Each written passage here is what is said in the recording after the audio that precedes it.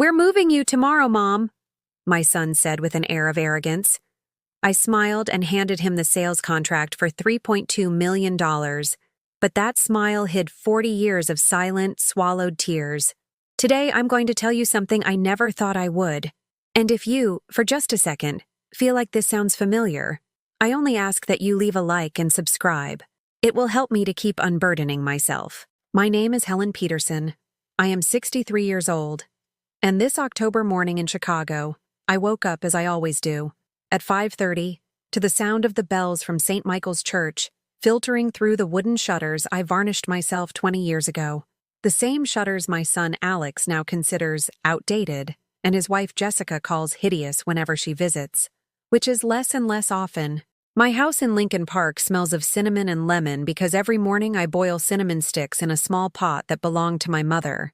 It's a ritual I've kept since I was widowed 8 years ago, when Ray left, taking half of my soul with him and leaving me with this 3-story house, too big for a woman alone, but too full of memories to abandon. This morning, however, something in the air felt different. There was an electric tension, like the days before a summer thunderstorm that sweeps away everything in its path. As I prepared coffee in the mocha pot Ray gave me for our 20th anniversary, I heard the doorbell ring with the annoying insistence of someone in a hurry, bearing bad news. Alex was standing on my doorstep in a charcoal gray suit that probably cost more than my expenses for 3 months. At 35, my son had become an elegant stranger who looked at me as if I were a burden, not the woman who stayed up all night with him when he had a fever, who sold her few pieces of jewelry to pay for his college textbooks, who cleaned offices at night so he could study architecture without worrying about money. Behind him was Jessica, his wife of 5 years, with that icy smile she always reserved for me, dressed in a camel-colored wool coat that screamed money and superiority. Her perfume, too strong and sharp, invaded my foyer like a territorial declaration of war.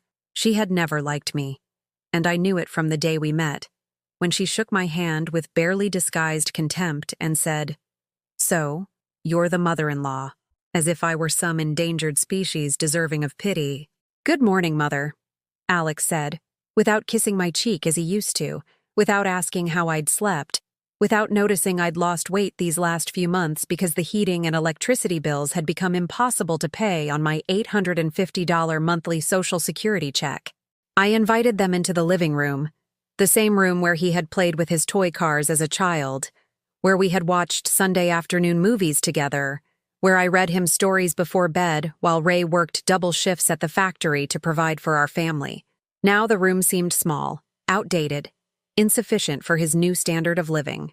I sat in my favorite armchair, the green velvet one that had belonged to my mother-in-law, while they settled on the sofa like 2 judges about to deliver a sentence.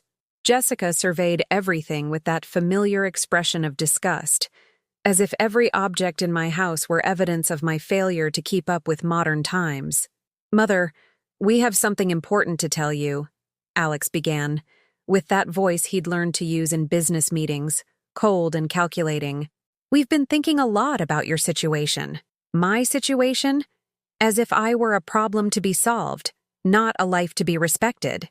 "You're living alone in a house that's too big for you. The expenses are enormous. The upkeep is difficult. You're getting older and you need care that we can't provide living so far away," he continued, as Jessica nodded with that smile that never reached her eyes. I listened in silence, feeling how every word was a dagger wrapped in gift paper. So far away? They live a 20-minute ride away on the L train. But of course, 20 minutes was a long time for a monthly visit that had become quarterly, and then this surprise appearance, loaded with decisions made without consulting me. "We've found a lovely assisted living facility in the suburbs," Jessica interjected for the first time, her voice syrupy, the one she used when she wanted to sound compassionate. "It has gardens, activities for people your age, nurses available 24 hours a day. You'd feel much less lonely there. People my age, as if it were a lesser category of human, not someone who had lived, loved, lost, fought, and survived 63 intense years of existence." The silence spread through the room like a heavy blanket. I looked at the photographs on the mantelpiece. Alex as a baby in my arms, his first communion, his graduation, His wedding where I smiled with pride, never imagining that the woman by his side was planning to slowly erase me from his life. "And my house?" I finally asked, my voice a thin thread. "Well, that's the best part," Alex said, a glint in his eye I hadn't seen since he was a boy asking for candy money. "We're going to sell it. The real estate market is booming right now, and this area has appreciated immensely. With the money from the sale, we can pay for the facility and there will still be something left over for your personal expenses. We can. There will be. As if my house, my life, my decisions were a community asset, and I was just a tenant who had lived here by chance for 4 decades. "We're moving you tomorrow, Mom," Alex concluded, standing up from the sofa with the satisfaction of someone who has just solved a complicated problem. "It's all arranged. The moving company will come early in the morning. You just need to pack the essentials. You won't need much at the facility." And then it happened. I smiled, a smile that came from the depths of my soul, from that place where I had stored years of anger, disappointment, and the pain of being treated like an obstacle by the son who had been the center of my universe. A smile they misinterpreted as resignation, but which was pure revelation, because in that moment, I remembered the conversation I'd had 3 days earlier with my dear friend Elena, the lawyer, when I told her I suspected something like this might happen. I remembered the papers we had prepared together, the documents locked in my safe, the masterstroke I never thought I'd have to use against my own flesh and blood. I stood up slowly, with the dignity I had learned to maintain even in the hardest of times, and went to the desk where Ray used to pay the bills. From one of the drawers, I took out a manila envelope that contained my future and their surprise. "Here you go," I said, holding the envelope out to Alex. "The sales contract for $2 million, signed yesterday morning." The color drained from my son's face. Jessica's mouth fell open, speechless for the first time. They both stared at the envelope as if it were a bomb about to explode. But, how?" Alex stammered. "How did I dare to sell my house without asking your permission?" I asked, savoring every word. "Very easily, son. Because it's mine." Alex opened the envelope with trembling hands while I stood watching him, with a calmness that only comes after years of silent pain. The pages crackled between his fingers like dry leaves, and with every line he read, his face transformed further, from disbelief to horror, and then to something I hadn't seen in his eyes since he was a frightened little boy. Pure panic. This can't be real," he muttered, flipping through the pages again and again, as if the words could magically change. "It's very real, son," I replied, my voice regaining a firmness I had lost years ago, when I started walking on eggshells in my own home so as not to bother the increasingly infrequent visitors. Jessica snatched the papers from his hands and scanned them with that calculating gaze I had learned to recognize and fear. It was the same look she had when she reviewed the bill at the restaurant where we'd gone for my birthday, always choosing the cheapest set menu and frowning when I ordered dessert, as if every dollar spent on my happiness was stolen from her future. "Helen, this is insane," Jessica said, using my first name for the first time in 5 years, dropping the false courtesy of Mrs. Peterson that sounded more like a taunt than respect. "You can't have sold the house without consulting us. We're your family." Family. What a strange word it sounded coming from her. The woman who had forbidden my grandchildren from visiting because Grandma is very old and the kids make her nervous. The children I had dreamed of rocking in my arms, for whom I had knitted blankets they never used because Jessica considered them too old-fashioned for her little princes. I sat back down in my armchair, that green velvet sanctuary where I had sewn school uniforms late into the night, where I had ironed shirts for job interviews when Alex was looking for his first job, where I had cried silently on the nights I couldn't afford my arthritis medication because I'd spent my savings on my son's university textbooks. "Family?" I repeated the word as if it were poison on my tongue. "When was the last time you acted like family, Alex?" My son didn't answer. His eyes avoided mine, just like when he was a teenager, and I caught him in a lie. But this wasn't a youthful transgression. This was the result of years of neglect disguised as being busy, of forgetfulness justified as adult life, of carelessness wrapped in promises of, "We'll definitely visit next week," Do you remember when you had pneumonia at age 8? I began, my voice thick with memories spilling like water from a broken dam. You were in the hospital for 3 weeks. Your father worked double shifts to pay the medical bills, and I slept in that plastic green chair next to your bed. I didn't leave your side for a single night. Alex's lips tightened. He remembered. Of course he remembered. The nurses told me to go home and rest, that they would call me if anything happened. But I couldn't leave. Do you know why? Because you had nightmares, and when you woke up scared, the only thing that calmed you down was feeling my hand on your forehead. Jessica huffed impatiently, checking her watch as if my memories were a waste of time that could be measured in dollars per minute. But I continued, because those memories had been waiting years to come to light, to bear witness to a devotion that had been rewarded with indifference. I sold my pearl earrings, the only ones I had, the ones your paternal grandmother gave me. I sold them to buy that special medicine the insurance wouldn't cover. Do you remember that medicine, Alex? The one that broke your fever in 2 days. My son closed his eyes, as if the memory was too heavy to hold in his gaze. And when you started college, I went on, the words coming faster, more urgently, as if this were my last chance to say what I had silenced for decades. I worked nights cleaning offices so you could study without worrying about money. I'd get home at 6 in the morning, my knees shot from scrubbing floors, and by 7 I was up making you breakfast. Mom, that's in the past. Alex tried to interrupt, but I raised my hand to silence him. No, it isn't. Because when you needed the loan to buy your first car, I was the one who mortgaged this house. This house you now want to sell as if it were a piece of old furniture in the way. The words echoed in the room like church bells, marking the time of a life dedicated to others, of an existence sacrificed on the altar of a mother's love that was never returned in equal measure. And when you got married, my gaze shifted to Jessica, who was now avoiding eye contact. I spent 2 years of my savings on that party you two wanted, because the bride's family had to look good, and my son deserved a celebration that met his expectations. Jessica blushed, but not from shame, from anger, because she knew every word was true, and the truth was too clear a mirror for her conscience. And what did I get in return? I asked, standing again, feeling the energy of years of silence turn into words that needed to be spoken. Visits that grew further and further apart. 5-minute phone calls where you'd ask if I was okay, but wouldn't wait for the real answer. I walked to the mantel where the photos were, picking one up of an 8-year-old Alex hugging me after I bought him the bicycle he had wanted so badly. A bicycle that cost 3 months of my seamstress wages, but was worth every penny for that smile that now seemed to belong to another life, to another boy who had grown into this elegant stranger who wanted to throw me out of my own home. Do you know the last time you told me I love you, Alex?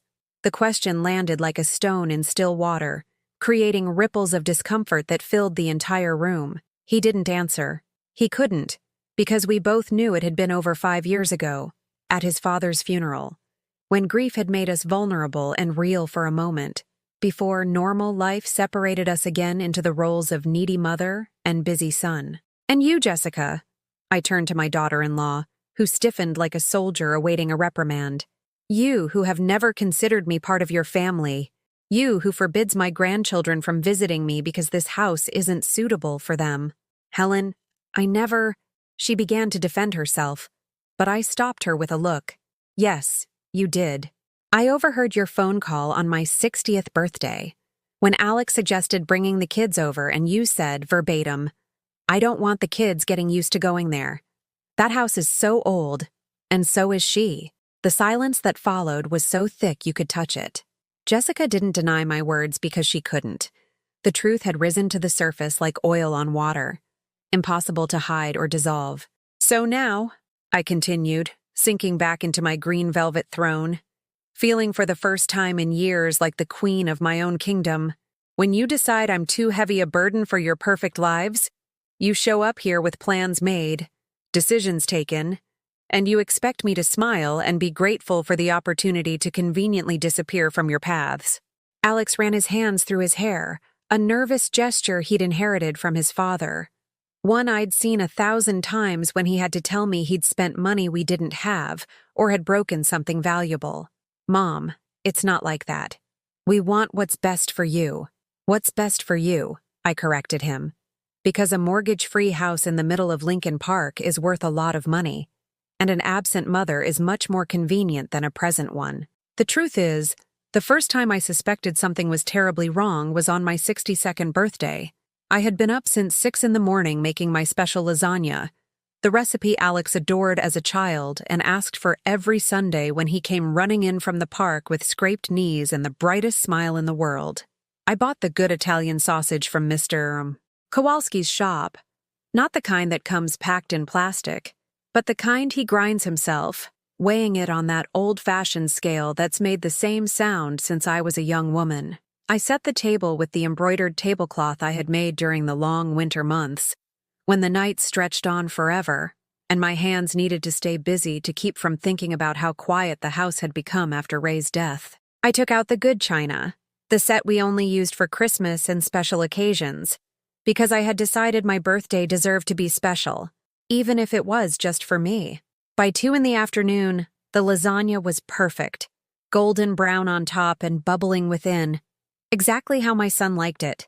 I had cut the pasta sheets by hand, just as my mother had taught me, with that infinite patience only women of my generation seem to possess. I had placed fresh flowers in the center of the table, red carnations I bought at the farmer's market, spending money I didn't really have but feeling that my birthday deserved that small luxury. I waited until 4, then until 5. At 6 in the evening, as the sun began to filter differently through the windows, marking the end of another wasted afternoon, the phone rang. "Mom, I'm so sorry. I completely forgot it was your birthday." Alex's voice sounded distant, busy, as if he were multitasking while talking to me. "We've had a crazy day at work. Jessica is sick and the kids are being impossible. Can we do it some other day?"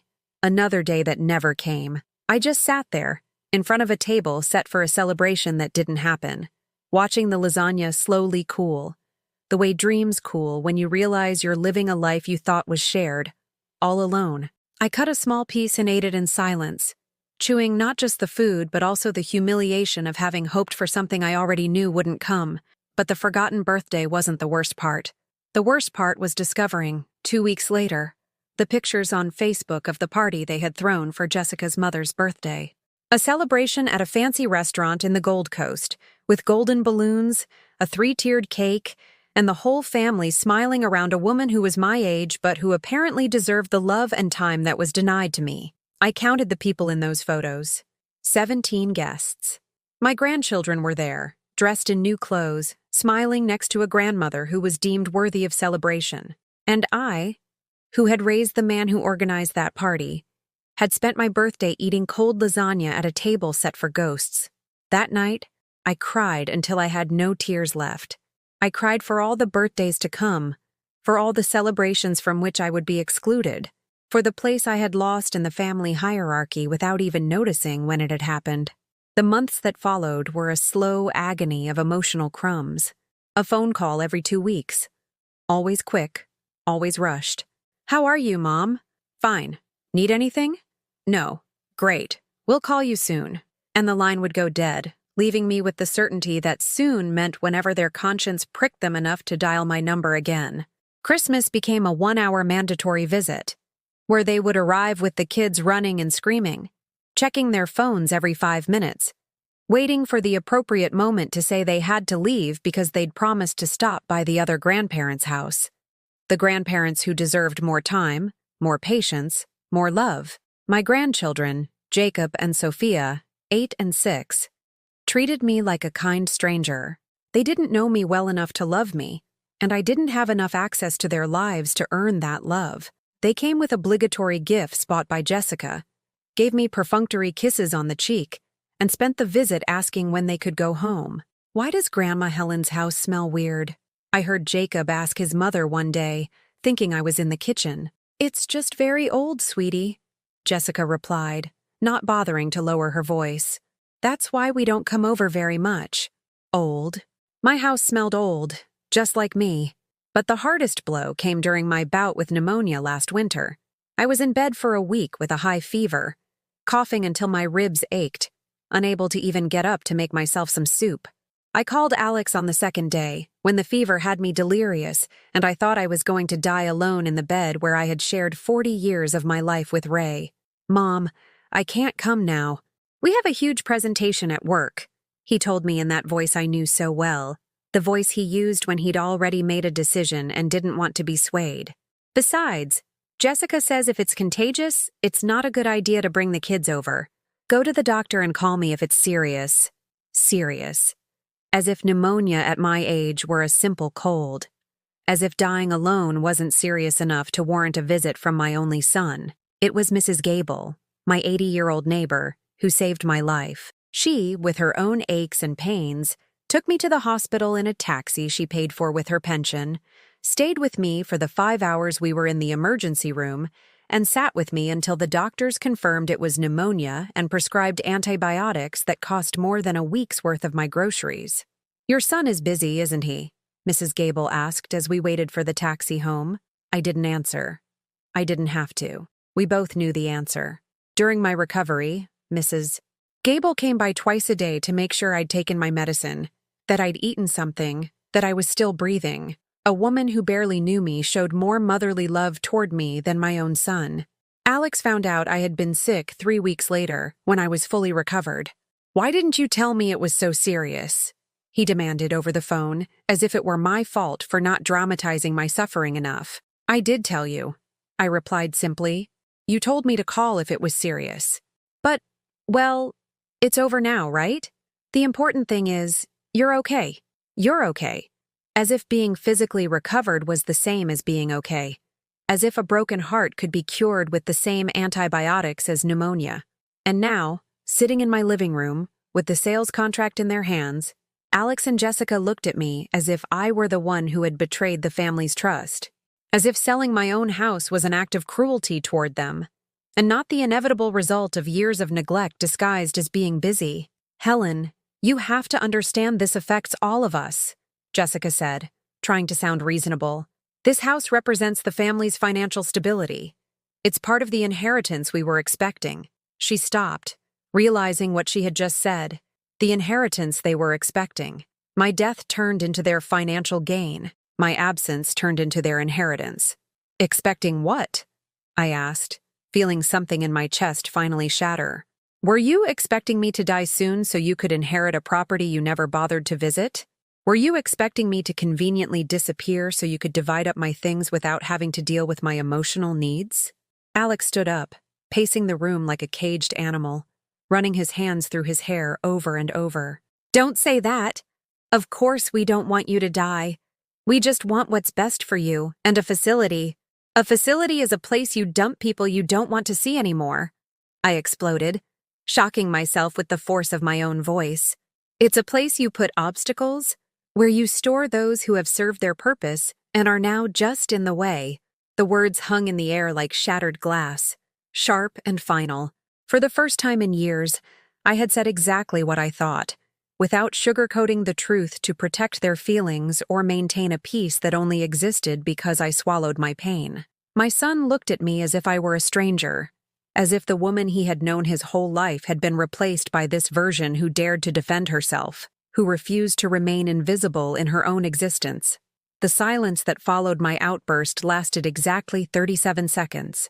I counted them in my head, just as I had counted the days between Alex's phone calls, as I had counted the months without seeing my grandchildren, as I had counted the years hoping things would get better on their own. But I no longer had time to count other people's silence. Jessica was the first to react, and she did so in the way I expected, with that cold smile that always appeared when she felt attacked, followed by a voice that tried to sound understanding but dripped with condescension. "Helen, I understand you're upset, but I don't think you're seeing this clearly," she said, approaching me as if I were a small child in need of an explanation. "Age sometimes makes us see things differently, more emotionally, less practically. Age. Of course. The perfect excuse to disqualify any opinion that didn't suit them. According to their logic, my age automatically made me incapable of making rational decisions about my own life. Yet, curiously, it didn't disqualify me from signing documents that would benefit them financially. Differently? I repeated, a bitter laugh rising from my stomach. "You mean different, like seeing my son would rather spend money celebrating your mother's birthday while forgetting mine?" Or different like realizing my grandchildren know the grocery store clerk better than they know me? Alex whirled around to face me, his eyes blazing with that look I remembered from his teenage years when I'd confront him about a lie. But he was no longer a teenager. He was a 35-year-old man who had just discovered his perfectly calculated plan had a flaw he hadn't anticipated, his own mother. "That's not fair," he yelled, and for a moment, I saw the little boy who threw tantrums when he didn't get his way. "We've been busy. I have responsibilities. I can't be looking after you 24 hours a day." "I haven't asked for 24 hours," I replied with a calmness that surprised me. "I've asked for 1 hour a month, 1 phone call a week, a birthday remembered, how are you, that waited for a real answer." Jessica moved closer, invading my personal space in that intimidating way she had perfected over the years. Her expensive perfume mingled with the scent of nervousness that was beginning to emanate from them both, creating an atmosphere thick with poorly disguised desperation. "Look, Helen, let's be realistic." Her tone had shifted, now more direct, more cruel. "You live in the past. You cling to memories of when Alex was a boy, but he's not a boy anymore. He has his own life, his own family. You can't expect him to be your baby forever." Her words hit me like slaps, but this time I didn't stay silent and absorb the pain. This time, I spoke. "You're right. He isn't my baby anymore. My baby hugged me when he had nightmares. My baby told me he loved me before he went to sleep. My baby wouldn't have sold off his mother like old livestock because she was in the way of his plans for prosperity." Alex's face turned beet red, the color that appeared when he knew he'd been caught in a lie, but refused to admit it.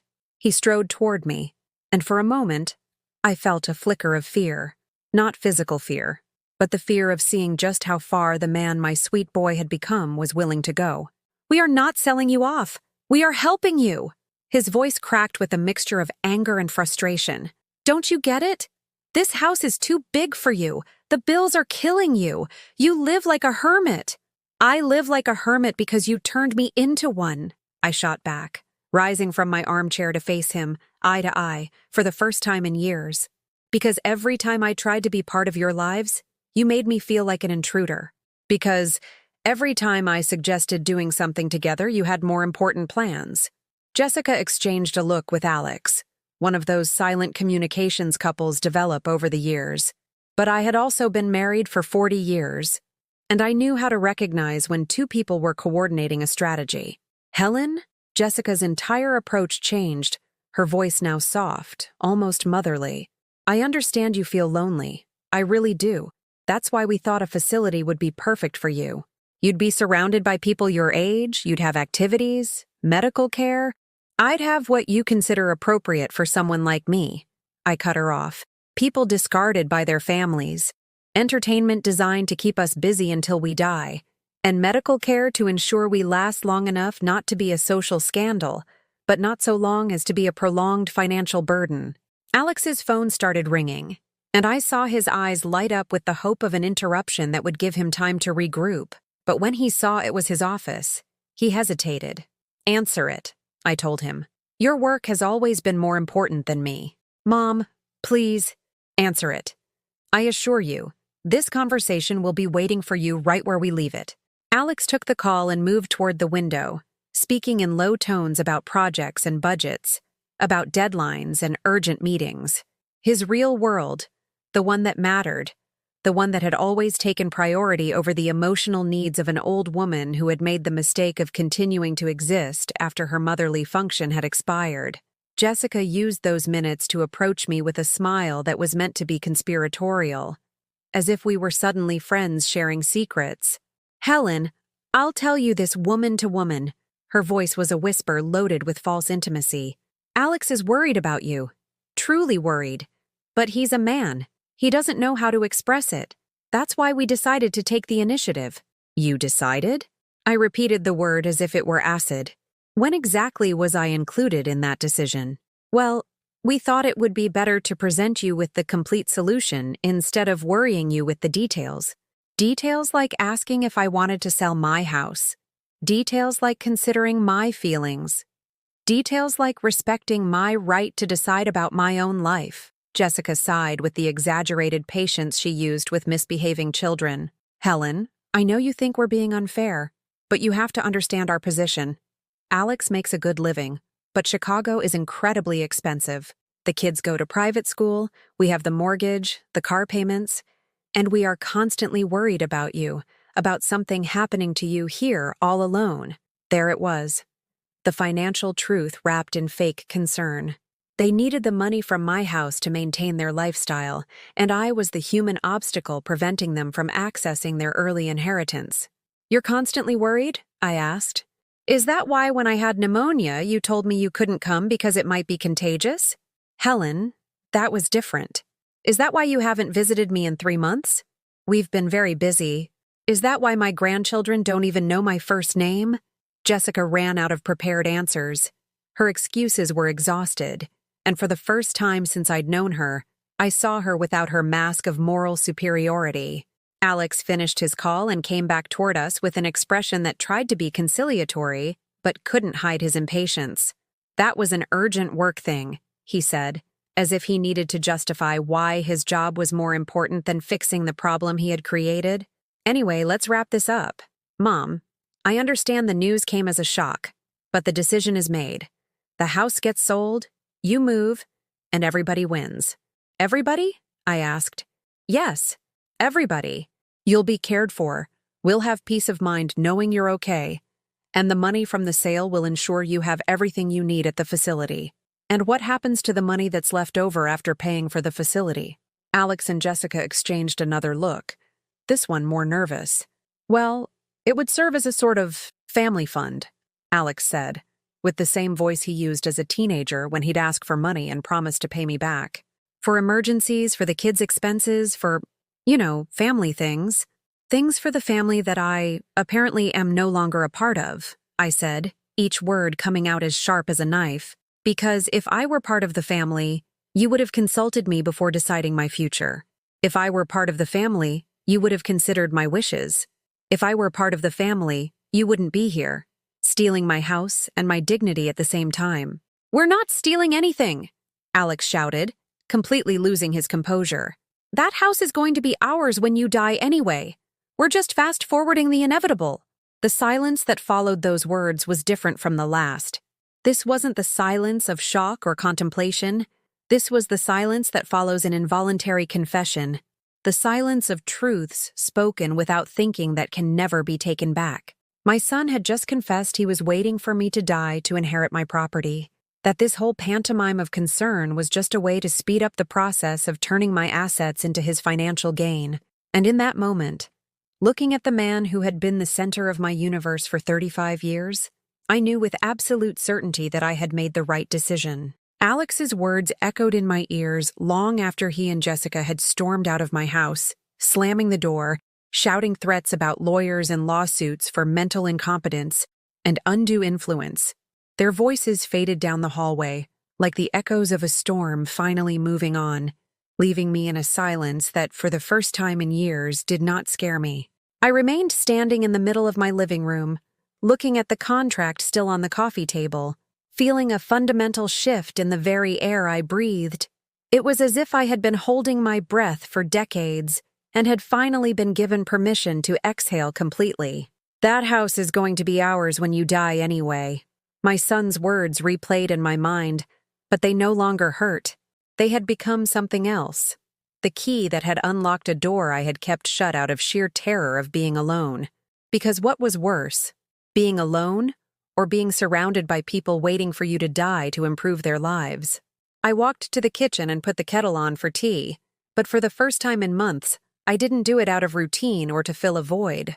I did it because I wanted a quiet cup of tea, unhurried, not waiting for the phone to ring with some demand disguised as a family conversation. While the water heated, I dialed the number for Elena, my lawyer friend, the only person who knew the full truth about the contract I had just handed to my son. Helen, how did it go?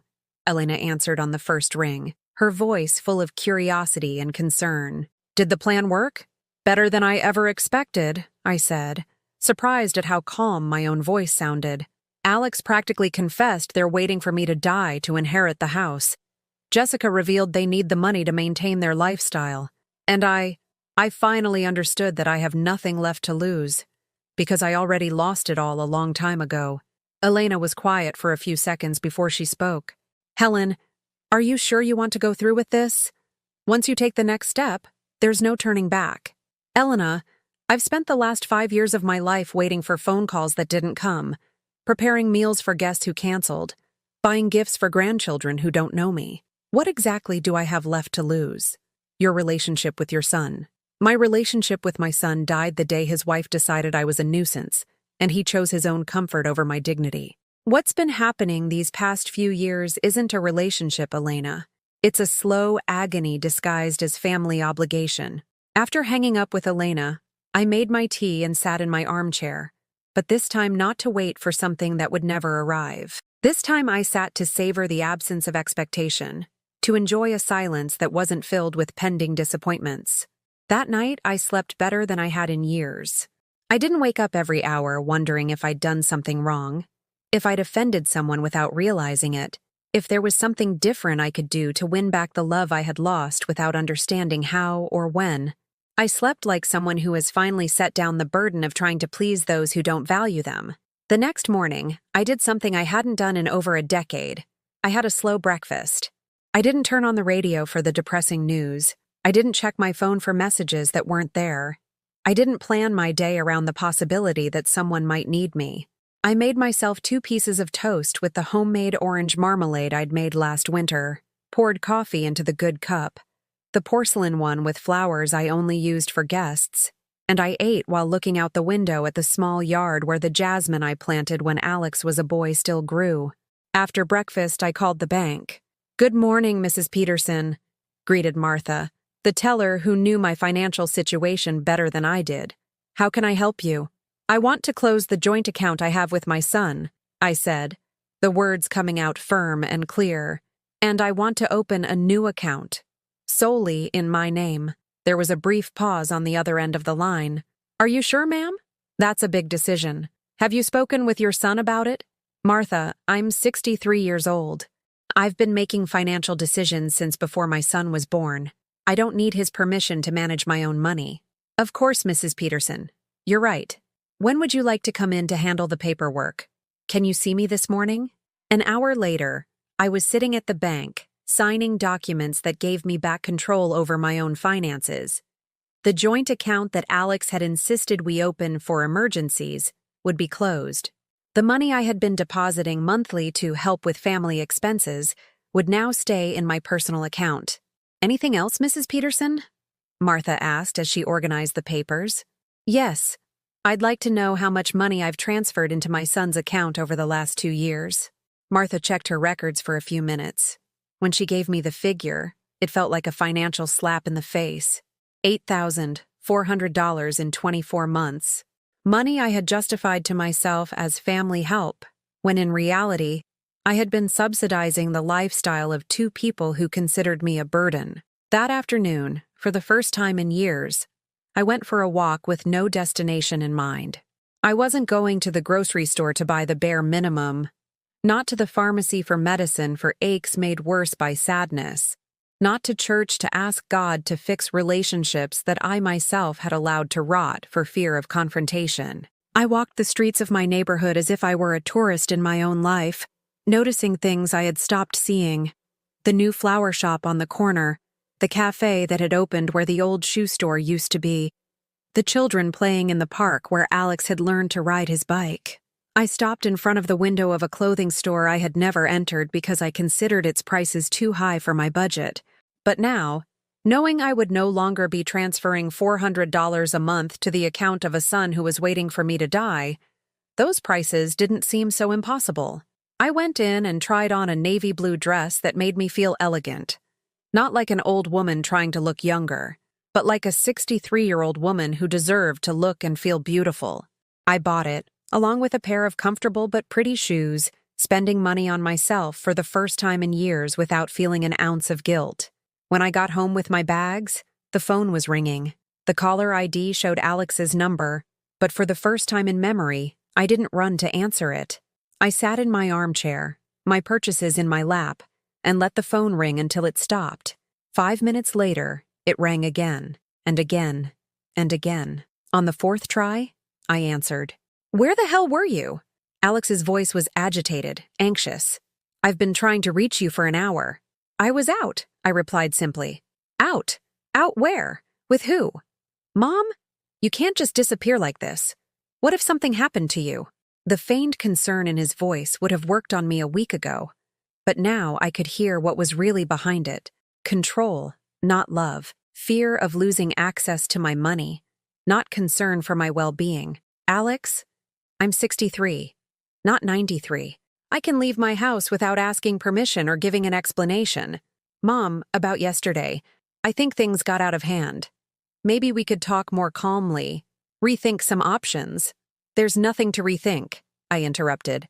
"Your position was made very clear yesterday, and so was mine. But Mom, we're family." "Family, Alex, doesn't wait for its members to die to improve their finances. Family doesn't make unilateral decisions about other people's lives. Family doesn't use age as an excuse to invalidate the feelings of those who love them." There was silence on the other end of the line. "What do you want me to do, Mom? What do you need to fix this?" For the first time in the conversation, his voice sounded genuine, but it was too late for genuine. Some words, once spoken, can't be undone. Some truths, once revealed, can't be ignored. "What I need, son, is respect.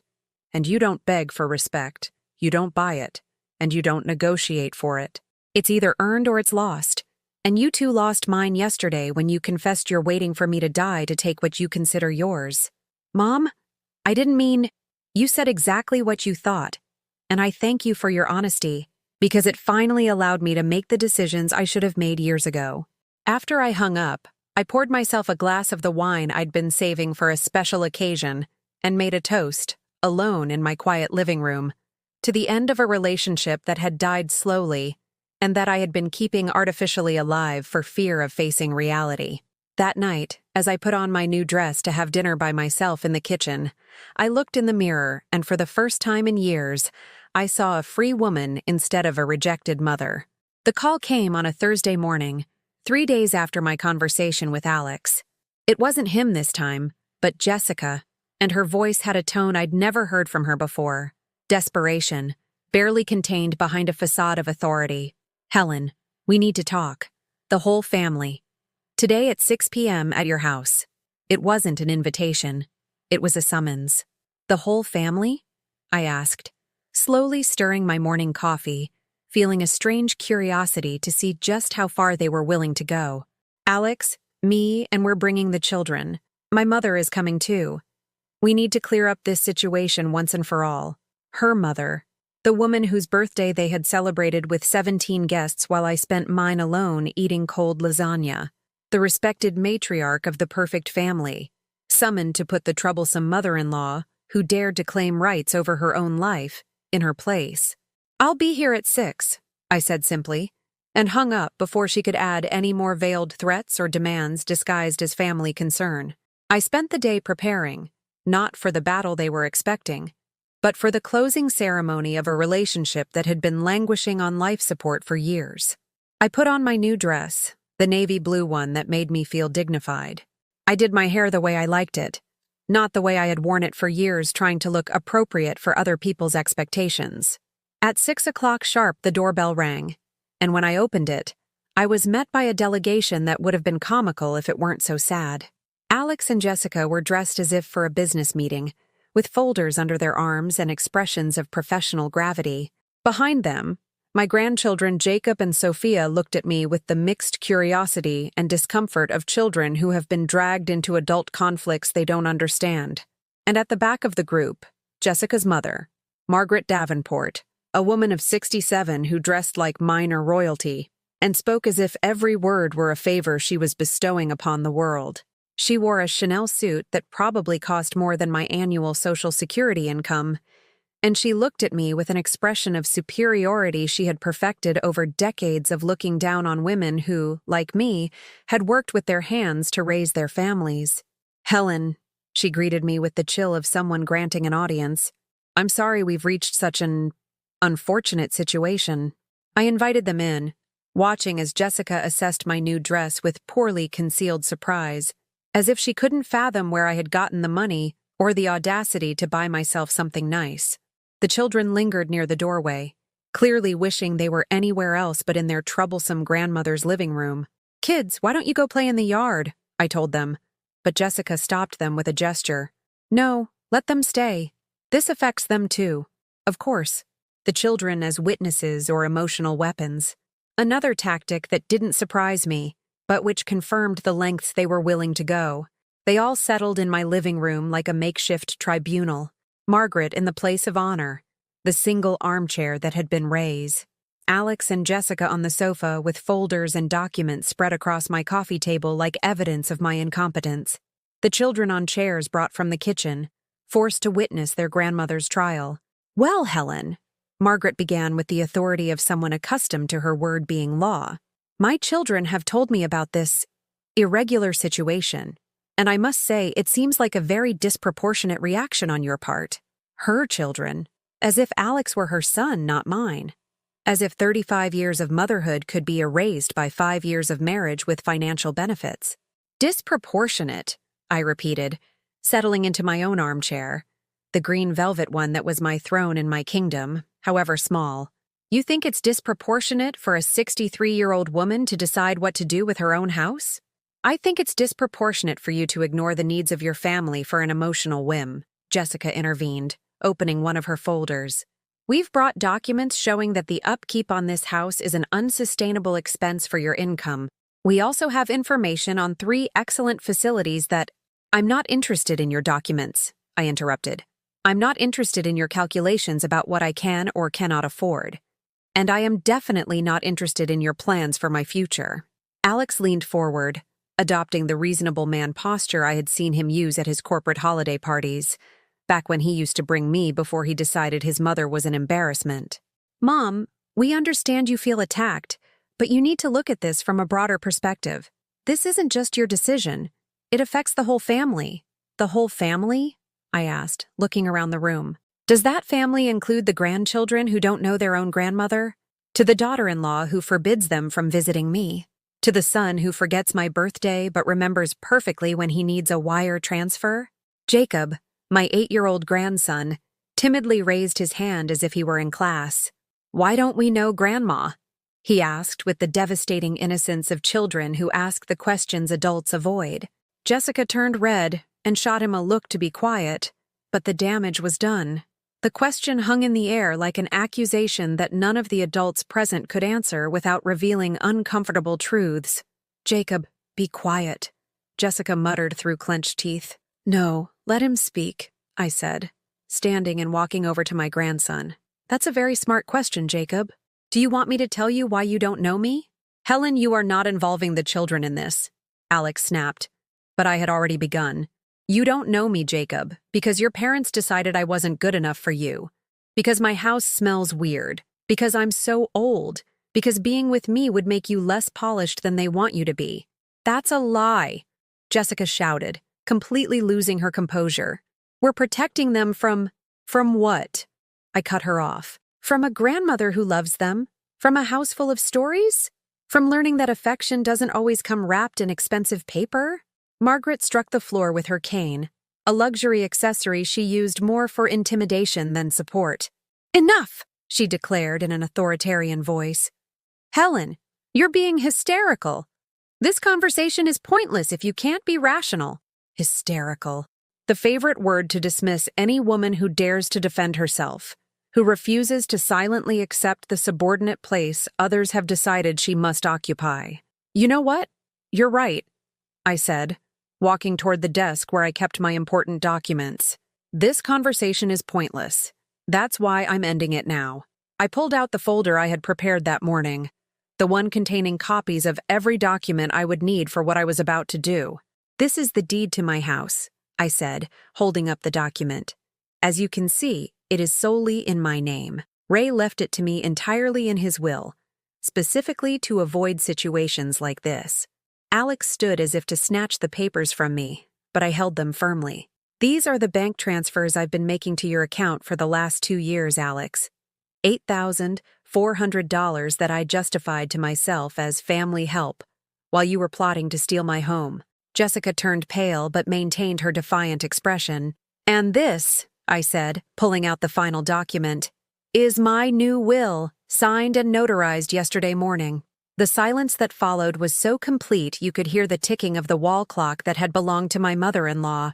In this will, I declare that, due to the emotional abandonment and attempts at improper appropriation of my assets by my only son, I bequeath my house and all my possessions to the Foundation for Supporting Vulnerable Seniors.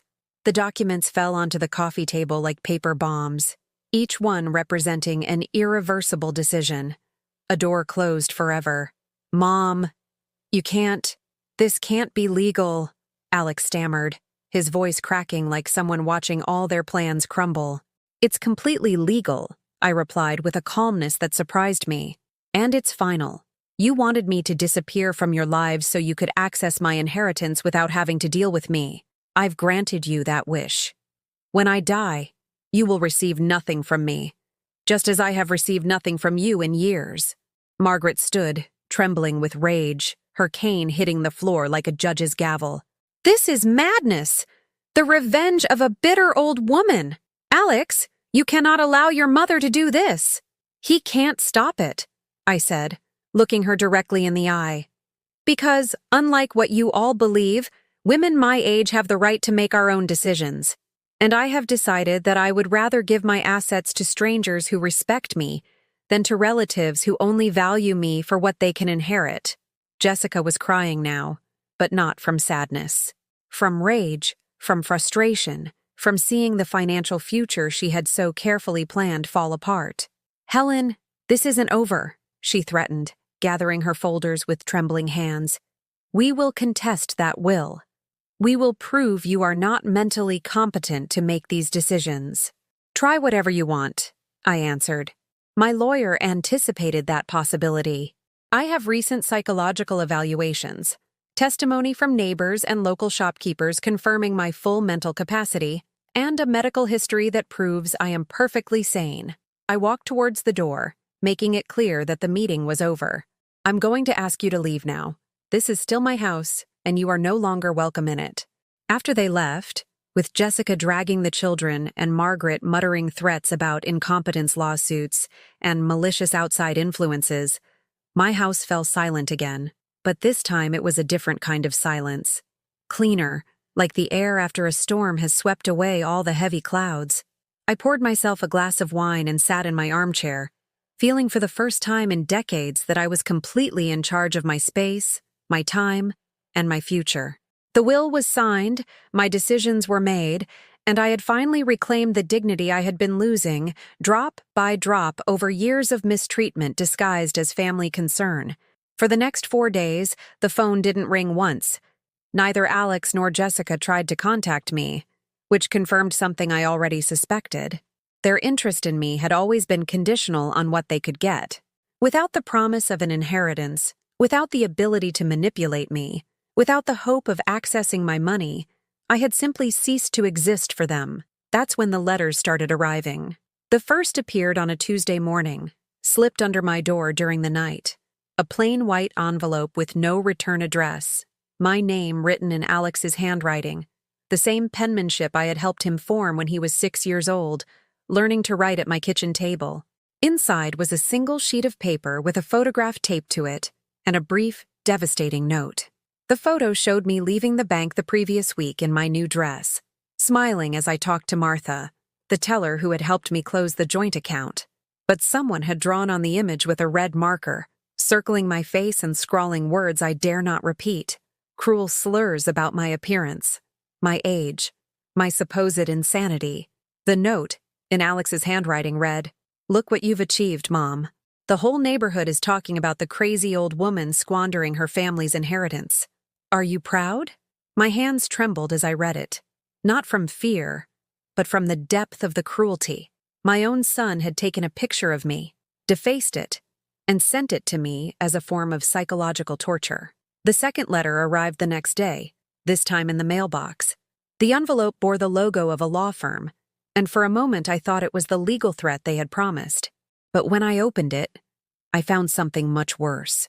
It was a copy of a forged medical document, professionally fabricated, stating that I had been diagnosed with advanced dementia and was a danger to myself and others. The document had what looked like official seals and signatures, imitating those of real doctors. Attached was a note from Jessica. Helen, this is what we will present to the judge to prove your mental incompetence. Unless you reconsider your decisions, this document will be made public. Imagine what the neighbors will think when they find out the woman they thought was sane is actually crazy and dangerous. The third letter was the one that hurt the most, because it attacked the only pure memory I had left of my relationship with my son. It was a photograph from when Alex was 8 and had been in the hospital with pneumonia. In the original image, I was asleep in the plastic chair next to his bed, my hand outstretched, touching his forehead, exactly as I had described to them during our confrontation. But someone had digitally altered the photo, adding speech bubbles. The little boy was saying, "Mom, when I grow up, I want to get far away from you." And I was replying, "It's okay, son. You were always a burden to me." The note with it read, "See, Mom? Even as a child, I knew you were toxic. This photo shows the truth of what our relationship always was." Seeing that image desecrated, that sacred memory turned into a weapon of attack, was like a knife to the soul. They had touched the most vulnerable part of my mother's heart and systematically shattered it. The fourth letter arrived on Friday, and this one was different. It wasn't from Alex or Jessica. The envelope had the letterhead of a local newspaper, and inside was a copy of an article that, according to the attached note, was scheduled for publication the following Monday. The headline read, "Elderly Woman Disinherits Family Over Imagined Mistreatment." The article, supposedly written by an investigative reporter, painted a completely distorted portrait of me as a manipulative, vengeful old woman who had fabricated family abuse to justify depriving her devoted family of their rightful inheritance. The note with the article was from Margaret. "Helen, this article will be published on Monday unless you come to my house on Sunday at noon to sign the revocation of your will. If you don't, I will make sure everyone in Chicago knows what kind of woman you really are." I didn't sleep that night.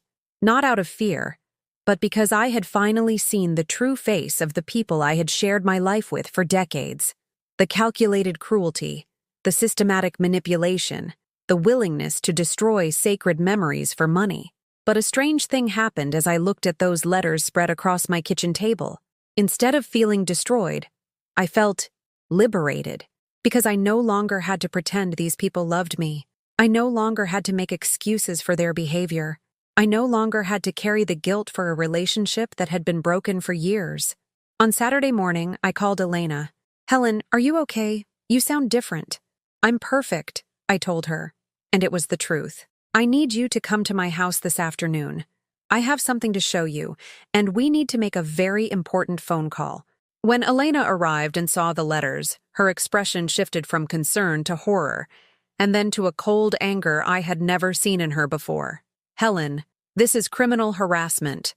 The fake medical document is forgery.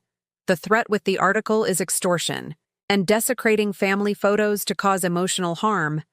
This is pure cruelty." "I know," I replied with a calm that amazed me. "And it's exactly what I needed to confirm that I made the right decision." Elena looked at me with a mixture of admiration and worry. "What do you want to do?" "First, I want you to photograph all these letters and save them as evidence. Second, I want you to call the newspaper to confirm if they are really publishing that article or if it's another one of Margaret's lies." Elena made the necessary calls. The newspaper had no record of any article about me, nor did they know the supposed reporter who had signed the note. It was all a lie, another layer of manipulation designed to terrorize me and break my will.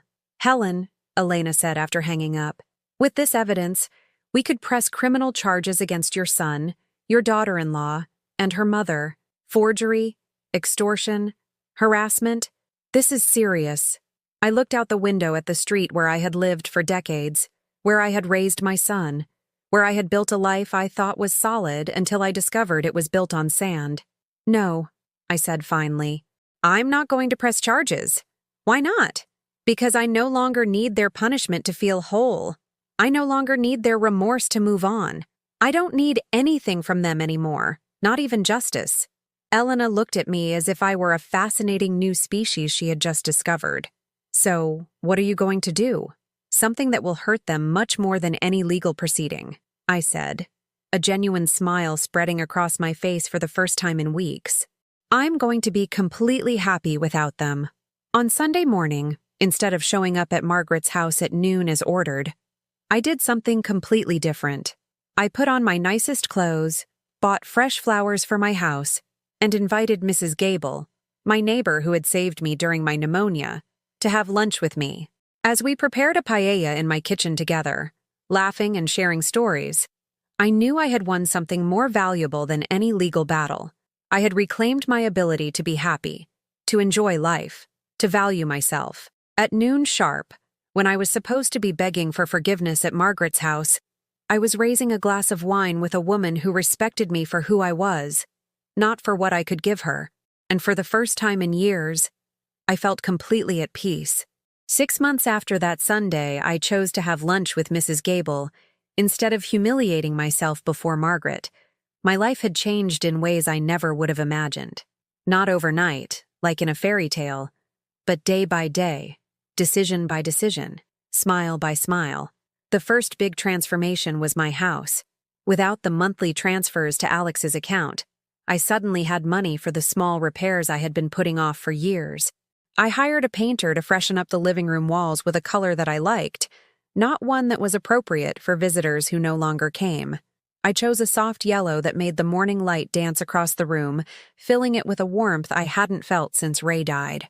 I replaced the heavy drapes I'd kept because they looked serious with lighter ones that let in as much light as possible.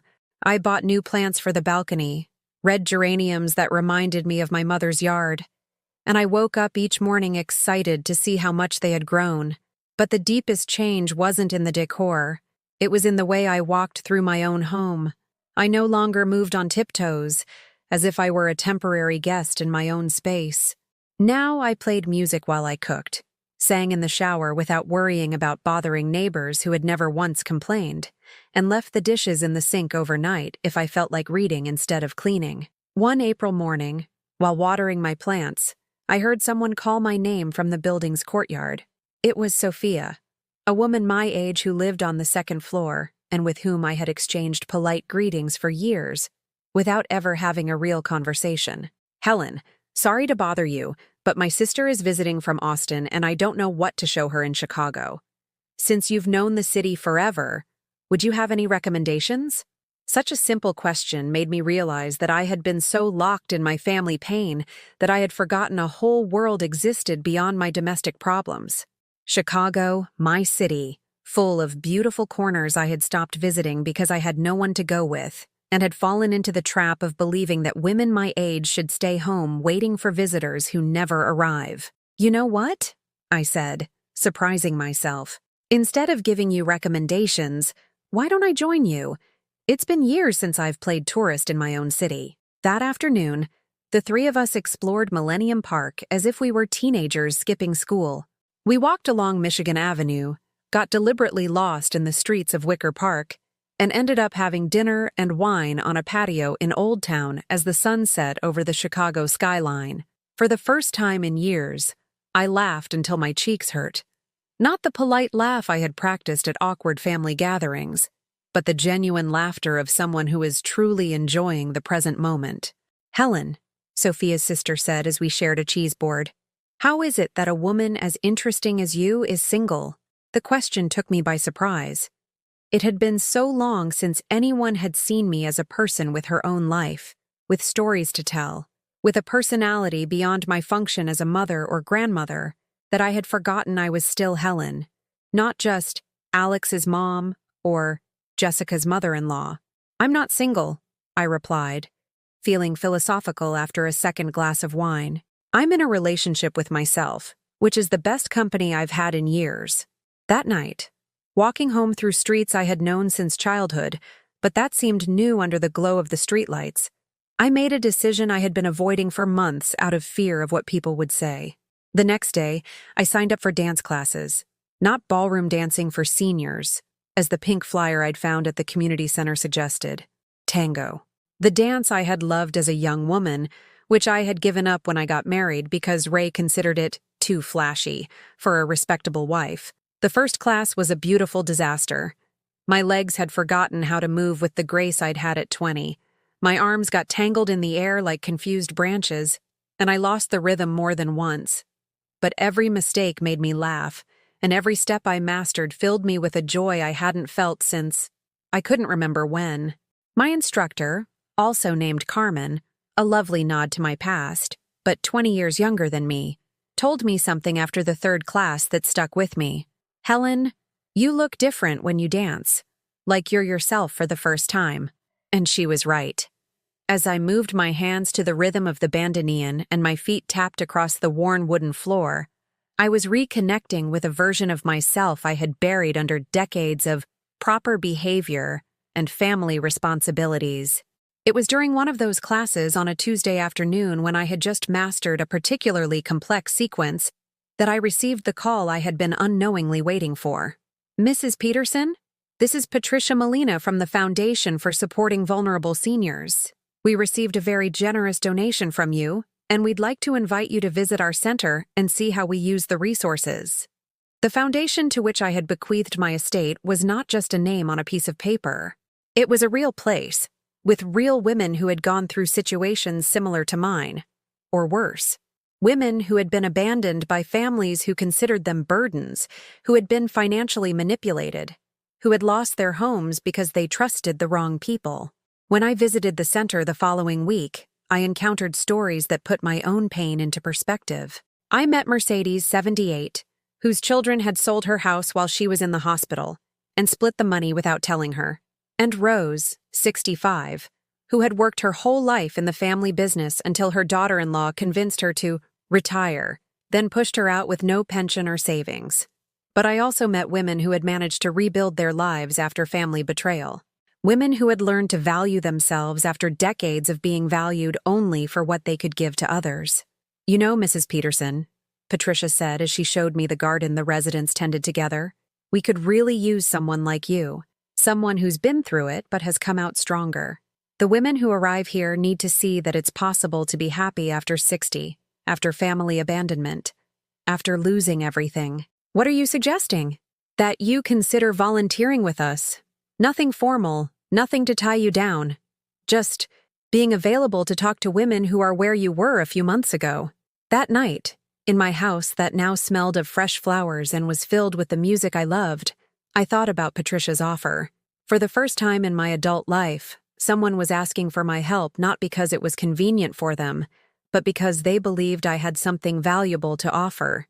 2 weeks later, I started going to the center 2 afternoons a week. Not as an official volunteer, but as what Patricia called a peer mentor.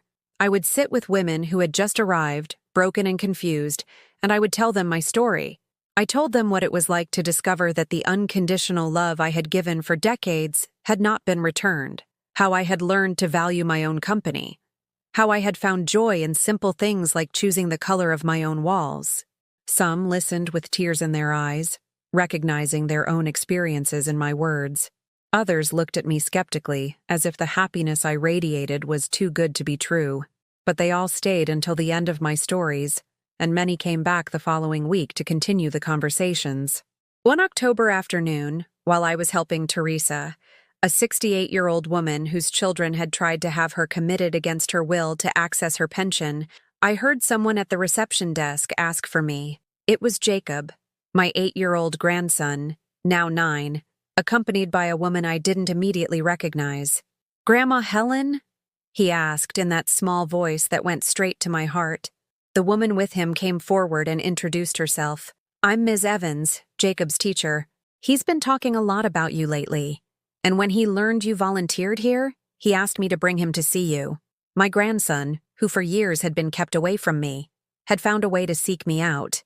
He had convinced his teacher to help him find the grandmother his parents had painted as crazy and dangerous." "Jacob," I knelt to be at his level. "How did you know where to find me?" "I asked Mrs. Gable, your neighbor. She said you worked here helping other sad grandmas. Is it true that Mom and Dad told lies about you?" Children have that devastating ability to go straight to the heart of things. without the layers of justification and rationalization adults use to avoid uncomfortable truths. "What do you think, Jacob?" "I think you're the most beautiful grandma I know," he said, hugging me with that total commitment only children can give. "And I think Mom and Dad are sad because you don't have any more money to give them, Ms. Evans watched us with a smile that mixed tenderness and professional sadness. As a teacher, she had seen enough dysfunctional families to recognize one when she saw it. "Jacob told me his parents said you were sick, and that's why he couldn't see you," she told me in a low voice. "But he also told me that what he missed most was coming to your house to hear stories. Would you like me to tell you a story now, Jacob?" His eyes lit up like beacons in the dark. I told him the story of a grandmother who had learned to dance the tango at 63, who had made new friends and discovered that life could be beautiful even when the people you thought loved you abandoned you. I told him about brave women who had rebuilt their lives after losing everything, about gardens that bloomed when they were cared for with love, about houses that filled with music when they no longer had to be silent to please others. Jacob listened with the total attention children reserve for truly important stories, and when I finished, he said something that changed me forever. "Grandma, when I grow up, I want to be like you. I want to be strong like you." That afternoon, after Ms. Evans took Jacob back to school, promising we would find ways for us to see each other more often, I stayed in the center's garden until the sun had completely set. For the first time since my transformation had begun, I cried. But not tears of pain or loss, tears of gratitude. Gratitude for having found the courage to stand up for myself, for discovering that happiness didn't depend on the approval of others, for learning that true love, the kind that comes from a grandson who seeks you out against his parents' orders, the kind that comes from women who share your struggles, the kind that comes from yourself when you finally give yourself permission to fully exist, that true love cannot be bought, manipulated, or conditional. It was free, authentic love, and finally, after 63 years, I was worthy of receiving it. It's been 2 years since that morning when Alex told me, "We're moving you tomorrow, Mom," with an arrogance he thought was unshakable. 2 years since I smiled and handed him a contract that changed not only his life, but more importantly, mine. This morning, as I get ready for my tango class and then head to the Foundation Center where I now coordinate the emotional support program for senior women, I pause in front of the hallway mirror and see a woman I barely recognize from before.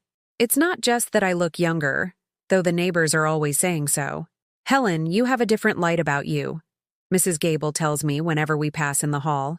It's something deeper than physical appearance. It's the straight posture of someone who no longer walks around apologizing for existing. It's the genuine smile of someone who has stopped pretending to be fine when she's not. It's the clear gaze of someone who has learned to love herself unconditionally. My house is now full of life in ways I never imagined. On Tuesdays and Thursdays, I have Patricia, Ms. Evans, and Mercedes, my friends from the center, over for tea to plan activities for the women who arrive broken by family betrayal. On Saturdays, Jacob comes to spend the afternoon with me. His teacher, Ms. Evans, became an unexpected ally, finding legal and creative ways for my grandson and me to maintain a relationship without violating the restrictions his parents tried to impose. Jacob, now 11, brings me his drawings from school and tells me about his friends with the complete trust that exists only between people who love each other without conditions. Last week he told me something that made me laugh and cry at the same time. "Grandma, my parents are always fighting about money, but you're always singing. I think you're richer than they are. Sundays are my adventure days. I go out, alone or with friends, to discover corners of Chicago I had ignored for decades. I've visited museums I never knew, tried restaurants I never would have dared to enter alone, and gone to the theater without worrying about having someone to go with. I've learned that chosen solitude is freedom, while imposed loneliness is a prison. 6 months ago, an unexpected letter arrived. Not one of the cruel letters Alex and Jessica had used to try to destroy me, but a formal, elegant invitation printed on expensive cardstock. It was an invitation to Alex's wedding, his second wedding. Apparently, my son's perfect marriage had imploded exactly as I might have predicted. When it became clear there would be no inheritance from the rich mother-in-law, when the financial pressures mounted without the cushion I had been providing, when the reality of maintaining an expensive lifestyle on a limited income became unsustainable, Alex and Jessica began blaming each other for the loss of their money. According to Mrs. Gable, who gets all the neighborhood gossip through her network of friends, the fights had been epic. Jessica blamed Alex for mishandling the situation with me.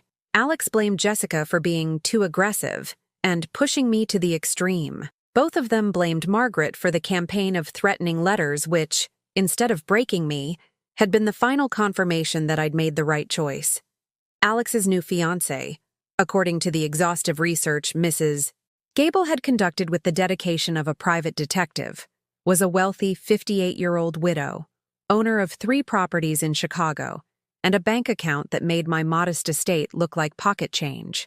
My first impulse upon receiving the invitation was to throw it in the trash and get on with my life. But after thinking about it for several days, I made a decision that surprised me. I decided to go. Not for nostalgia, not in hopes of reconciliation, not because I thought anything had changed. I went because I wanted to close that chapter of my life definitively, to look the man my son had become in the eye and confirm that there was nothing left to miss. I bought a beautiful dress for the occasion, royal blue, elegant but not flashy, that made me feel dignified and appropriate without trying to compete with anyone. I had my hair done at the salon, not to impress, but to feel good about myself. The ceremony was exactly what I expected.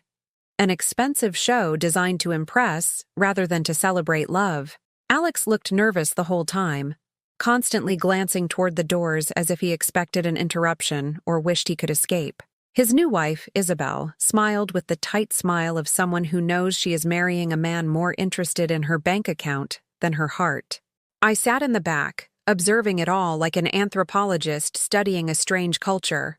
I recognized several distant relatives, some family friends, some of Alex's co-workers.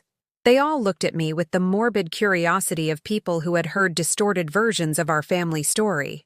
During the reception, Alex approached my table. He was thinner than I remembered, with stress lines around his eyes that made him look older than his 37 years. "Mom," he said, sitting beside me uninvited, "I didn't expect you to come. I came to say goodbye," I replied with complete honesty. "Goodbye? To the relationship I thought we had, to the son I thought you were, to the illusion that things could one day be different." His face fell a little, as if my words had pierced the armor of indifference he had built around his feelings. "Mom, things got very complicated after, Jessica and it didn't work out. Maybe now, with Isabel, things can be different between us." "Different how, Alex?" I asked, genuinely curious. "Because you have access to another bank account now? Because you don't need mine anymore? It's not about money. Everything with you has always been about money, or convenience, or image.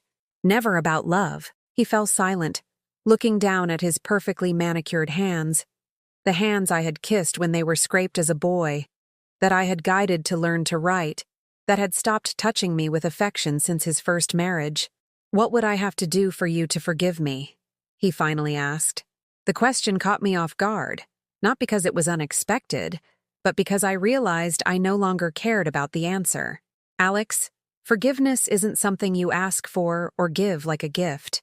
It's something that comes naturally when there is genuine remorse and real change. But to be honest with you, I no longer need your remorse to be happy. I no longer need you to change for me to feel whole. And that is the difference between who I was then and who I am now. So there's no chance. There's a chance for you to be happy with your new wife. There's a chance for you to learn to love without conditions. There's a chance that one day you will understand that family relationships are not business contracts. But those chances depend on you, not on me." I stood from the table, picked up my purse, and looked at him one last time as my son. "I wish you the best, Alex. I truly do. I hope you find the happiness you're looking for, but it won't be with me waiting on the sidelines for the crumbs of your attention." As I walked toward the exit, I felt a lightness I hadn't experienced in years. It wasn't joy. It wasn't sadness.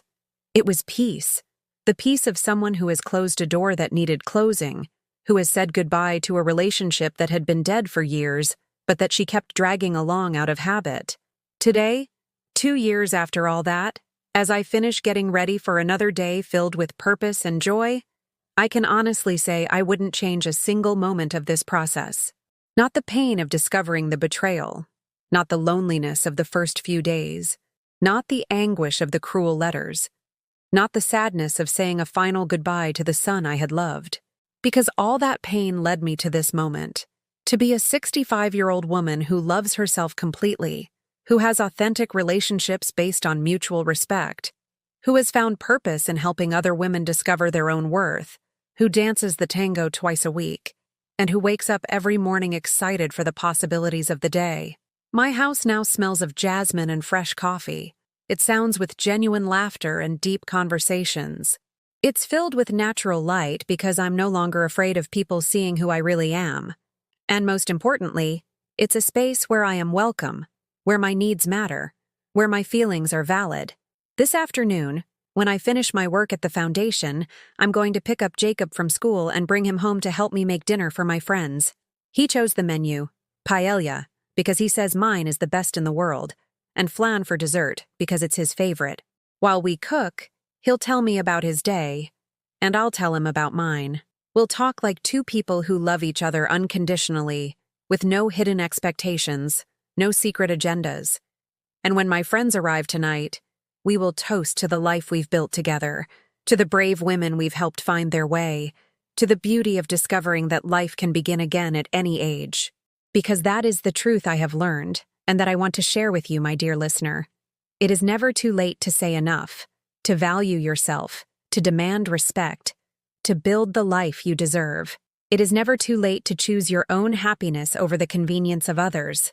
It is never too late to be reborn. The question I want to ask you is this: have you lived through, or do you know someone who has lived through, something similar? Have you ever felt that you give more love than you receive? That your worth is measured by what you can give to others? If so, tell me in the comments. Tell me your story. Share your experience. Because maybe your testimony is exactly what someone else needs to hear to find the courage to change their situation. And if this story touched your heart, if you felt there was something familiar in my experience, please leave a like and subscribe to the channel. Help me get this message to someone who needs to hear it, to some woman who is where I was 2 years ago, feeling worthless because the people she loves make her feel that way. Because we all deserve true love. And sometimes, the first step to receiving it is learning to give it to ourselves.